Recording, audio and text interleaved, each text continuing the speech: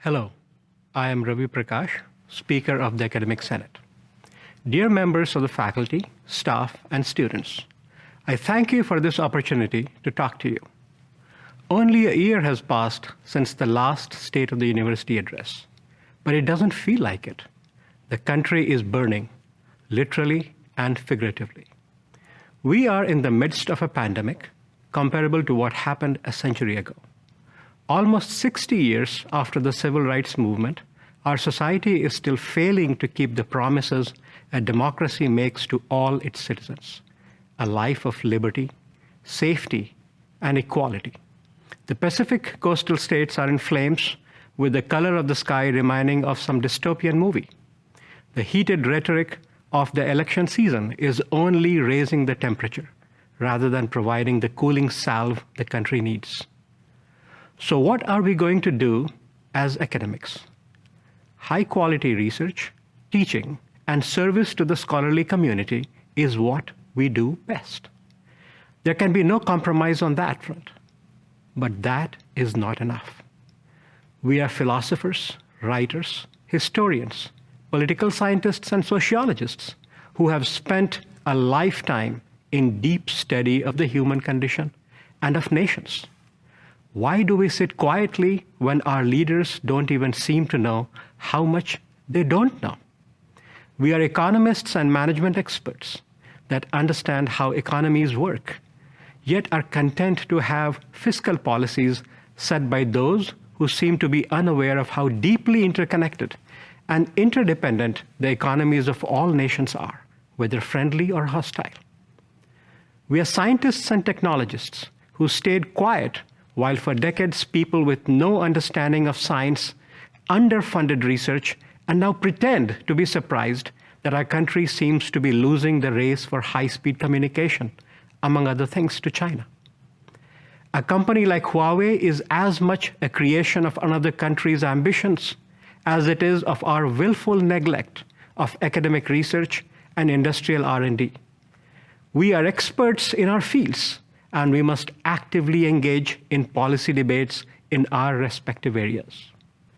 This summer has opened my eyes to the pain and sense of alienation of our Black brothers and sisters.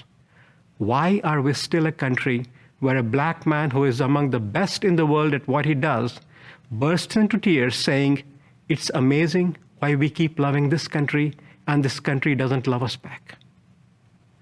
Why does an ordinary Black man named George Floyd have his life brutally extinguished over 8 minutes and 46 seconds by one who is supposed to be a protector? We have a long way to go before all of us get to enjoy the unalienable rights of life, liberty, and the pursuit of happiness. So what can we academics do about it? Our colleagues in arts and humanities have already set a great example through their teachings on issues of race. We need to first learn from domain experts in our midst about systemic inequalities and injustices in our society, and then share these lessons with those around us. We need to work to ensure that our ranks are diverse in terms of race, gender, sexual orientation, and nationality, and reflect the global society we live in.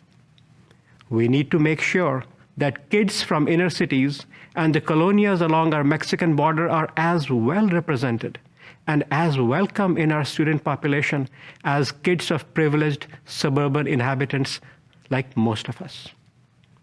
And when these students arrive, they should see their stories and their cultures and their great minds reflected in the courses they take.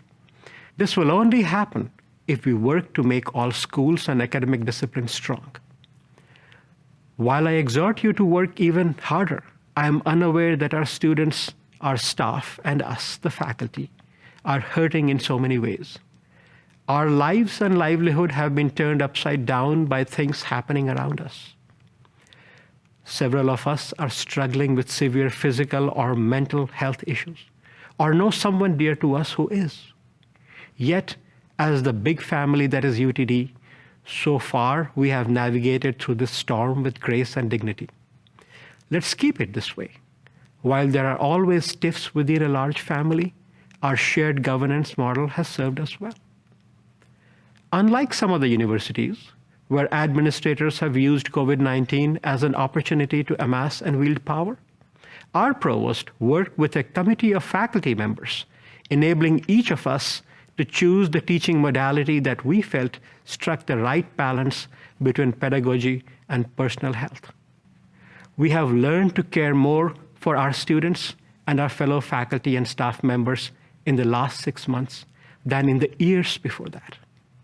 Our students have thanked us more often for our effort in the last 6 months than they have in the years before that. These trying times will eventually pass if we stay graceful and kind as we are tested on a daily basis. We will emerge as a better community. After all, UTD is not just a place where we come to work or study. We are UTD, and UTD is a part of us. And as your speaker, I'm here to serve you. President Benson, the Academic Senate and the faculty at large are energized to work with you towards our shared goal of making UTD a great university.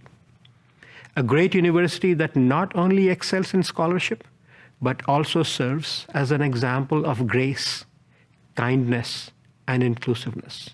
Thank you.